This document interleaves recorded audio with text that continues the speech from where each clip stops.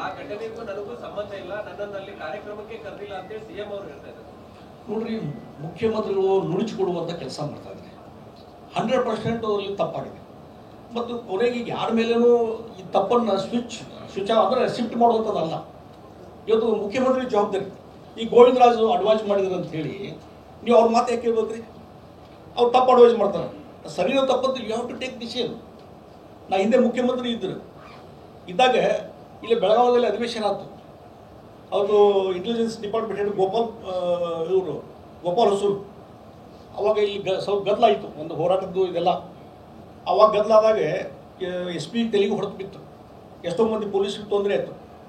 ಅವರು ರಾತ್ರಿ ನನ್ನ ಕಡೆ ಬಂದರು, ಎಲ್ಲ ಪೊಲೀಸ್ ಆಫೀಸರ್ಸು, ಇಂಟೆಲಿಜೆನ್ಸ್ ಎಲ್ಲರೂ. ನಾನು ಮುಖ್ಯಮಂತ್ರಿ ಇದ್ದೆ. ಇಲ್ಲರಿ ಇಷ್ಟೊಂದು 100 ಮಂದಿನ ಅರೆಸ್ಟ್ ಮಾಡ್ತೀವಿ ನಾವು ಅಂತಂದು. ನಾನು ಒಂದು ಹೇಳಿದೆ, ಈಗ 100 ಮಂದಿ ಅರೆಸ್ಟ್ ಮಾಡಿದರೆ ದೊಡ್ಡ ಗದ್ದಲ ಇದ್ದು ಇಡೀ ರಾಜ್ಯದಲ್ಲಿ ಹೋರಾಟ ನಡೀತದೆ.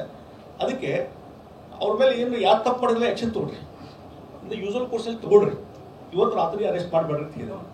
ಅಂದರೆ ದ್ಯಾಟ್ ಈಸ್ ಒಂದು ಇಂಟೆಲಿಜೆಂಟ್ ಆಗಿ ಒಂದು ಡಿಸಿಷನ್ ತೊಗೋಬೇಕಲ್ಲ.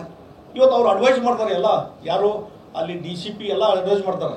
ಏನಂದ್ರೆ ಇಲ್ಲಿ ಕಾರ್ಯಕ್ರಮ ಮಾಡಕ್ಕೆ ಹೋಗ್ಬೇಡ್ರಿ, ಇವತ್ತು ಡಿನ್ನರ್ ಇದಾಗಿದೆ.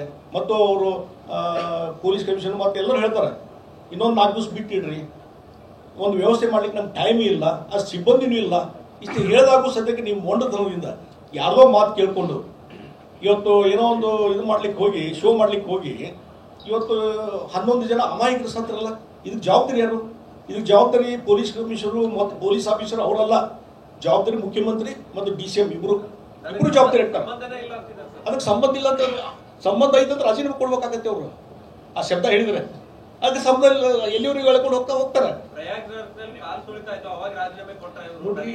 ಪ್ರಯಾಗರಾಜದ ಉದಾಹರಣೆ ಅವ್ರು ಕೊಡಕ್ಕೆ ಹೋಗಿ ಬರ್ತಾರೆ ಸಿದ್ದರಾಮಯ್ಯ ಅವರು.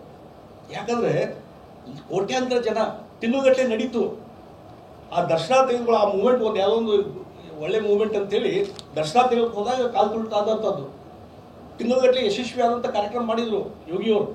ಇಲ್ಲಿ ಸಿದ್ದರಾಮಯ್ಯವರು ಎಲ್ಲಿವರೆಗೆ ಅಂದರೆ ಅಲ್ಲಿ ಹೋಟೆಲ್ ಜನಾರ್ದನ್ ಹೋಟೆಲ್ನಲ್ಲಿ ಇವರು ತಮ್ಮ ಮೊಮ್ಮಗಳ ಜೊತೆ ದೋಸೆ ತಿನ್ಕೊಂಡು ಕೂತಾರೆ, ಸ್ವೀಟ್ ತಿನ್ಕೊಂಡು ಕೂತಾರೆ ಸುಮಾರು 5 ಗಂಟೆ. ನಾ TV ಒಳಗೆ ನಾನು 2-3 ಮೇಲೆ ನೋಡಿದರೆ ಆಗಲೇ ಸದ್ಯದ್ದೆಲ್ಲ ಸುದ್ದಿ ಬಂದಿದೆ. ಇವರು ಪೊಲೀಸ್ ಕಮಿಷನ್ ಕೇಳ್ತಾರೆ ಇವ್ರು ಆಫೀಸರ್ಗೆ, ಏನಾಗಿದೆ ಅಂದರೆ ಏನಾಗಿಲ್ರಿ, ಏನಾಗಿಲ್ಲ, ಅನಾಹುತ ಏನಾಗಿಲ್ರಿ. ಅಲ್ಲ, ಗುರ್ತೇ ಇಲ್ಲ ನನಗೆ ಗುರ್ತೇ ಇಲ್ಲ ಅಂದ್ರೆ ನೀವು ಬೇಜವಾಬ್ದಾರಿ ಮುಖ್ಯಮಂತ್ರಿ ಅಂತ ಹೇಳ್ತೀನಿ ನಾನು. ನೀವು ಜವಾಬ್ದಾರಿ ಇಲ್ಲ. ಇಡೀ ಊರು ತುಂಬ, ಇಡೀ ಜಗತ್ತಿಗೆ ಗುರ್ತಾಗಿದೆ 11 ಮಂದಿ ಸತ್ತಿದ್ದು.